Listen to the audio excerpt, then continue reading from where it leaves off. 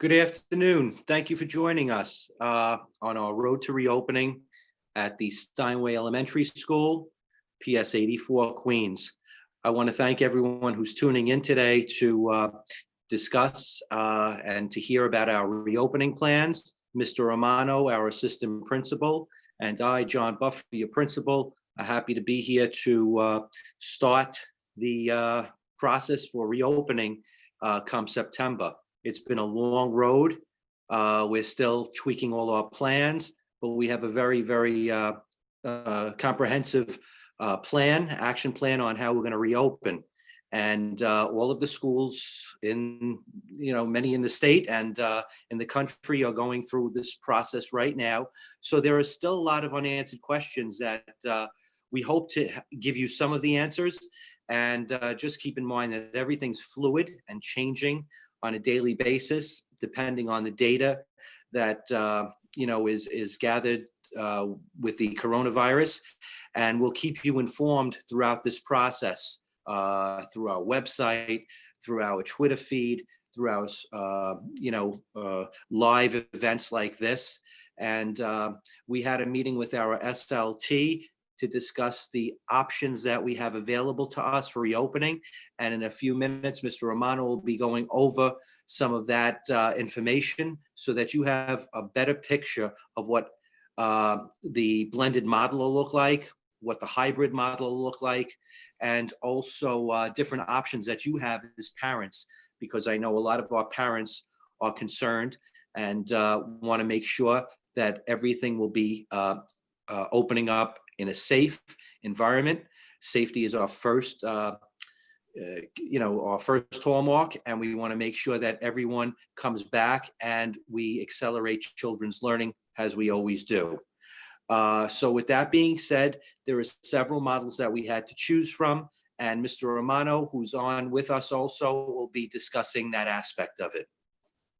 Thank you, Mr. Buffer. I just want to say hello to everyone. Thank you for joining us. I see there's about 44 people streaming live on YouTube. That's great. So thank you for joining us on Swag TV. So what I'm going to do now is I'm going to take you through our road to reopening our plan. I'm actually going to share my screen, because what we did do is we created a PowerPoint for everyone. So just give it a few minutes. Okay. All right, perfect. So what I'm going to do now is I'm going to start the slideshow. And then we'll just take it slide by slide and kind of go through what our plan is for reopening. So just give it a second here. Okay, great.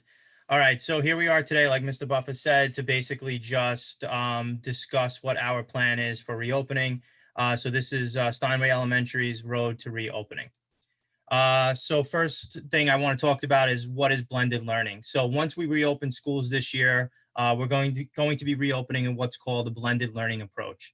Blended learning is a style of education in which students learn via electronic and online media, as well as traditional face-to-face teaching. For blending learning to be successful, online platforms support face-to-face instruction on days where students are not in class. So when we talk about online platforms, we're talking about what the students are going to be utilizing when they are in the remote setting. So some of these platforms that we're considering is iLearn New York City and/or Google Classroom. And whatever platform we decide to use, we will be sharing resources with our students and families on accessing these platforms prior to the start of school. Teachers will also receive training on these platforms, so they will explain to students when they are in the physical building how to access these online classrooms. So this section of the PowerPoint now talks about the blended learning approach that the Chancellor spoke to the principals and all the community districts about. So basically, there are key tenets to the plan of opening up, and they're broken down into 4 categories. So one is the learning platforms, another is data-informed decision-making, another is shared and inclusive curriculum, and then finally, blended learning instructional models. So I'm just going to talk briefly about each of these components, and then we'll continue on with the presentation. So first is the learning platforms. So schools can choose between two existing online platforms, like I said before, whether it be iLearn New York City or Google Classrooms. These provide a cohesive and consistent student experience. Um, both iLearn New York City and Google Classrooms, when talking about platforms, they basically are online classrooms, right? So that's what you have to look at. It's a place where students and families are able to go, see all the curriculum, get work from the teacher, see the teacher with live instruction. So this is where the learning will take place when the students are not in the physical school. And again, whichever program we choose, whether it be iLearn or Google Classroom, we will communicate that with families and train students how to access this online. The next is data-informed decision making. So the DOE is identifying diagnostic resources to determine students' academic readiness. So we actually did this. So towards the end of the current school year, or the one that just ended, we did test our students. It was a diagnostic assessment to see where they land. We're going to be looking at the data. This is going to help us determine where the students are when they come back into the building. So for example, if you are currently enrolled at PSA 84, we're going to be looking at this data and, ensuring that the teachers understand where the students were so that they could pick up right where they left off. We're also doing this through the looping model, and I'll explain that a little bit later. For those of you that don't know, PS 84 has adopted the looping aspect, which means that all grades 1 through 4 teachers will be with the same students moving on that they were in September. So this means that they could pick up right where they left off. Shared and inclusive curriculum. I'm happy to announce that all of the curriculum that we purchased for the upcoming school year through the core curriculum has aspects that are online. So all of the textbooks that the students are using in school, they also have access to online. And again, we will communicate login information to you as we get close to the start of school. And then finally, the blended learning instructional models, which we're going to talk about in a few minutes. Okay, so there was a few different program models that were offered to us. And one of the things to consider when picking a program model for the upcoming school year, and some things that you should know. So first off is families will be able to opt out of in-person instruction and choose full remote learning full time. There will be defined periods for parents to opt back in. So we understand that some families may be concerned about students coming back into the building, especially with the fact that there is a lot of unknown. It's important for you all to understand that you have the right to opt out of in-person instruction and choose full remote. You could do this at any time throughout the school year. However, you can only come back quarterly, and those dates will be defined at the start of school. But again, that is an option that parents have. Split model. So basically, when we talk about split models, we're looking at local constraints, which means CDC guidelines and guidelines set forth by the New York City Department of Health. We are determining the split models that we're going to choose based on these numbers. But at any given day, we're looking at least 33% of our students are going to be in the building. So we will never be able to accommodate 100% of our students this upcoming school year with social distancing guidelines in place. So what does this mean for us, and what does this mean for the space of the students in the classrooms? So you're looking at a median range of 9 to 12 students per classroom. The actual number varies by size, and that's dependent upon classroom size, capacity limits, and student population. And we will discuss that as well in a few minutes. Okay, so there were a few options that were given to us by the chancellor. The option that PS 84 is adopting is Model 1A, which happens to be a chancellor recommended option. So what this means is that we're having 3 groups of students, and the groups are called cohorts. So you're going to have cohort A, cohort B, and cohort C, which is going to be a full remote cohort. And this is what our schedule is going to look like for the upcoming school year. So again, there is going to be a percentage of students that choose to do full remote. So they're going to be remote throughout the entire week, Monday, Tuesday, Wednesday, Thursday, Friday. And then Monday is going to be a rotation. So on the first week of school, group A will come in. On the second week of school, group B will come in on a Monday. And then the Tuesday, Wednesday, Thursday, and Friday will remain the same throughout the whole year. So group A will come in on Tuesday, group B will come in on Wednesday, Group A will come back in on Thursday, and then Group B will come in on Friday. Okay, so here are a list of rooms that are currently being utilized by our classroom teachers. And it's important to know these rooms, because what happens is each one of these rooms gets what's called a capacity estimate or a capacity number. And what that basically means is that there's only a certain number of students that could be allowed in the rooms. So the rooms that are currently being utilized are rooms 102, 106, 112, 203, 206, 210, 301, 103, 108, 201, 205, 208, 212, and 303. Please note that all capacity numbers will be consistent with CDC and New York City Department of Health recommendations. So basically what this means is that each one of these rooms is given a specific number, and that's the number of people that are in that room. We're using what's called the 65 square foot rule. So that means that it's one person for every 65 square foot in the classroom. And for those of you, it's about the size of a king size sheet. So if you lay down a king size sheet on the floor, you're looking at one person on each of the four corners of the sheet. So how do we do this? So how do we ensure that our students can come in safe and adhering to all the guidelines and capacity estimates? Well, what this means is we have to do what's called classroom relocations. So as a result of room capacity and cohort numbers, relocations of classrooms will need to take place. Luckily, we do have rooms that are not being utilized and do have bigger capacity estimates than those that are currently being used. All decisions for room relocations will be based on data, which is cohort numbers and capacity estimates. Now, here are a list of rooms for potential relocation. So we have rooms listed here down the side, like 104, 202, 204, our hydroponic lab, our computer room, 308, 309, 310, library. All of these rooms have been designated as student instruction rooms. So what that means is we can, if needed, put students in these classrooms if the current room that they would be in doesn't accommodate them based on the capacity size.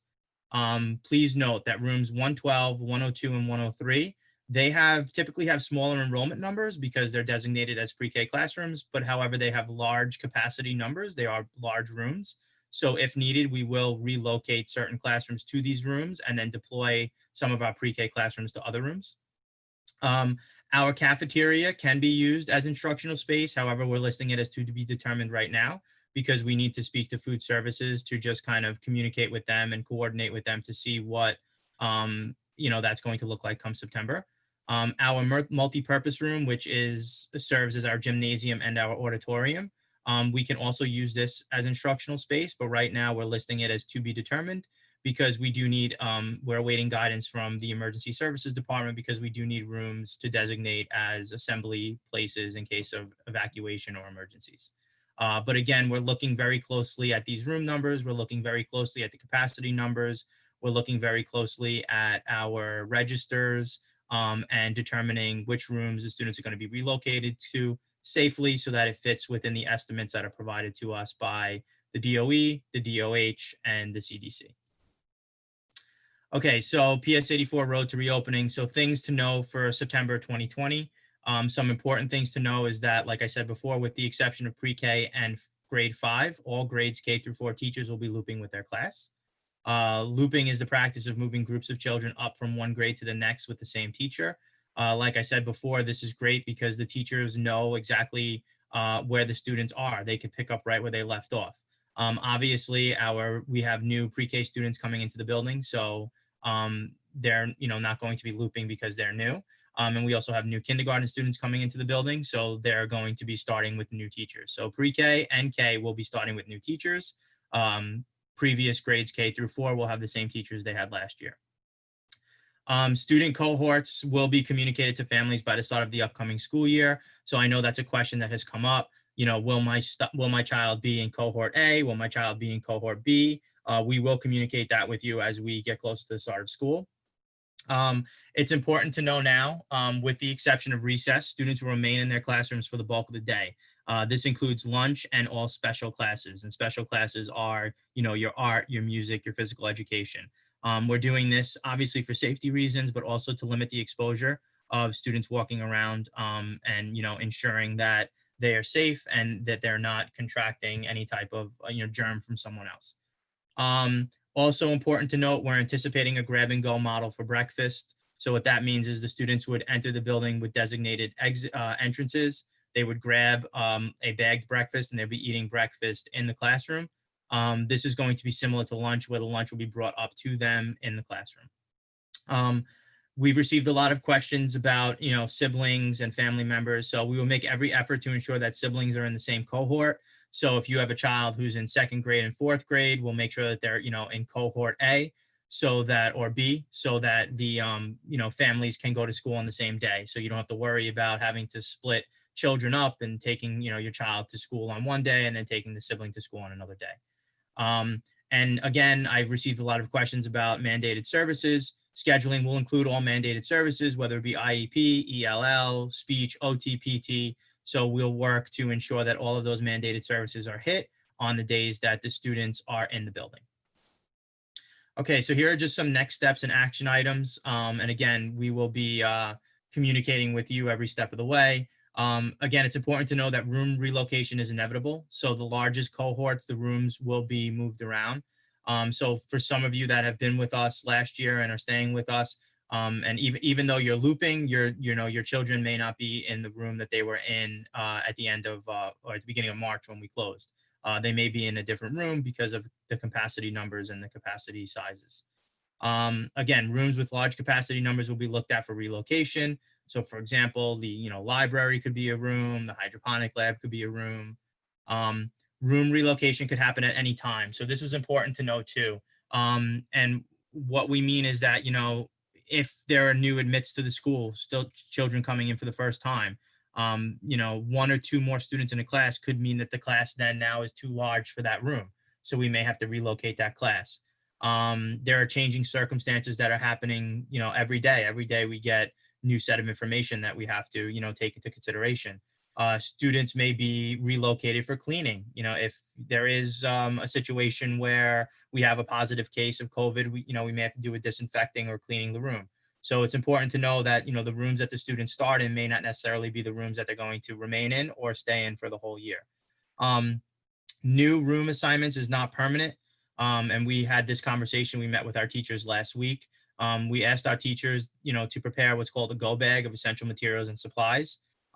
We will try to keep relocations at a minimum, but like I said, there are some classes that will be over the size, so we will be relocating them. And again, all decisions will be based on the data, cohort numbers, capacity numbers, and anything that the CDC, says that's new, that's, upcoming. This is changing every day. So, our plan has changed a few times since the start of it. And again, we're keeping current and we're looking at the data to ensure that all of our students are safe, because that is our number one priority, to get as many students in the building as safe as possible. Please note that, all the numbers that we talked about in this presentation are estimates. We don't have our actual enrollment data yet. It hasn't been finalized. And again, the reason why it hasn't been finalized is because there is a percentage of student body that may be on remote only, which is parent choice.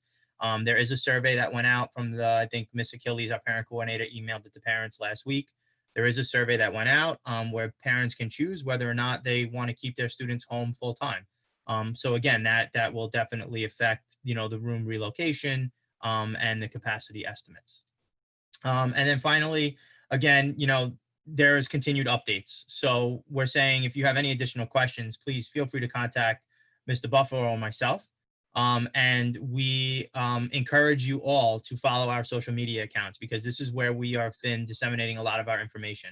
So please follow us if you're not already on Twitter, which is at PS84Q, Instagram at PS_84Q. We have a Facebook, which is Steinway Elementary School at PS84Q. Our website, www.ps84q.com. And of course, like today, our YouTube channel, Steinway Swag TV. And again, if you are on Miss Achilles' email distribution list, please make sure you check your email, because whatever we post on social media, Miss Achilles also sends out to parents via email. So please make sure that you check your emails from Andrea, because there will be important information that we will be communicating with you from now till the start of school. So with that being said, I'm going to stop sharing my screen. So that's our presentation. And I'm going to, I guess, kick it back over to Mr. Buffer. Very comprehensive presentation, Mr. Romano. Thank you. No problem. And I also wanted to add that we also have Class Dojo for the new parents who are coming Yes. in. If you give us an email, we'll be able to add you on to our Class Dojo account so that you can get information about our school and all of the other important updates that we need to send out.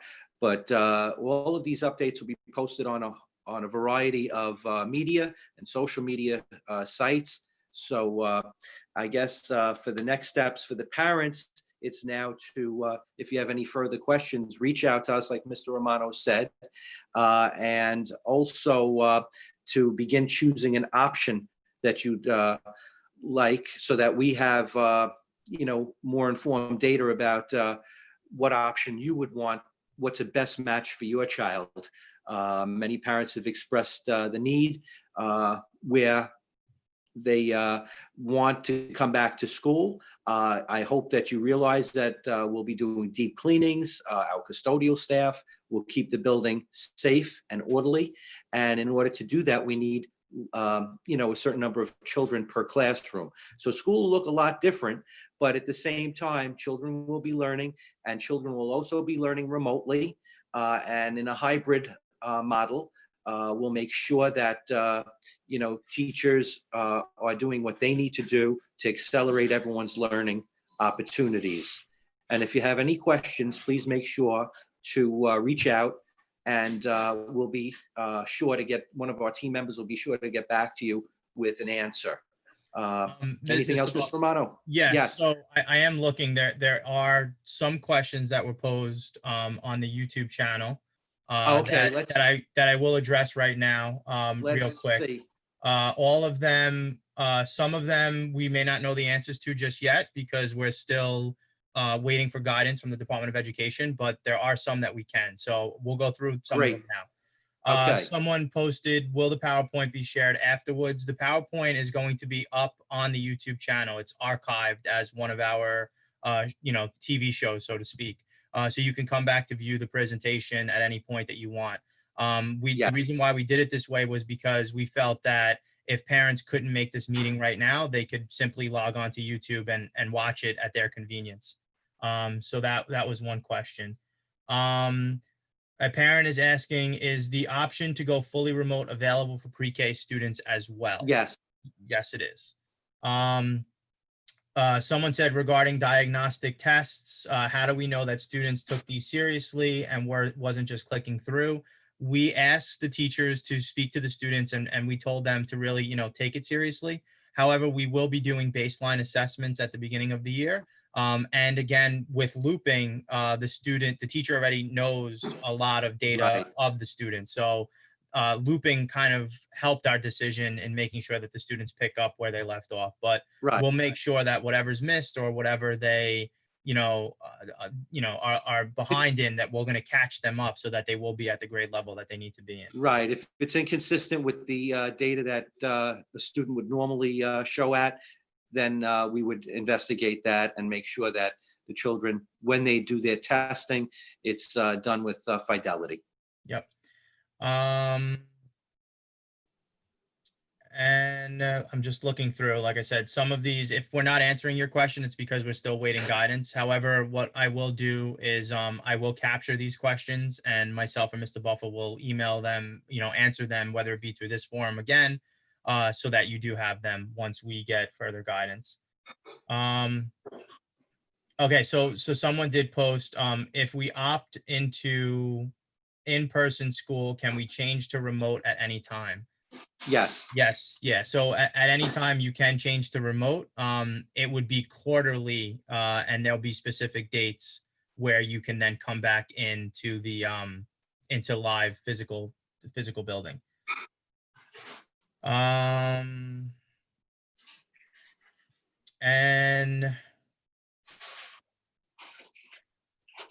someone's asking, what will the protocol be if someone tests or is just positive? That's something that we're going to be discussing with the nurse and the Department of Health. And once a protocol is set place, we'll, let everyone know what that is. And that's it. I mean, a lot of the other questions we don't necessarily have the answers to just yet. It's because we're still awaiting guidance. But like I said, I will be able to capture these questions, and we'll get the answers out to the community as soon as we get them.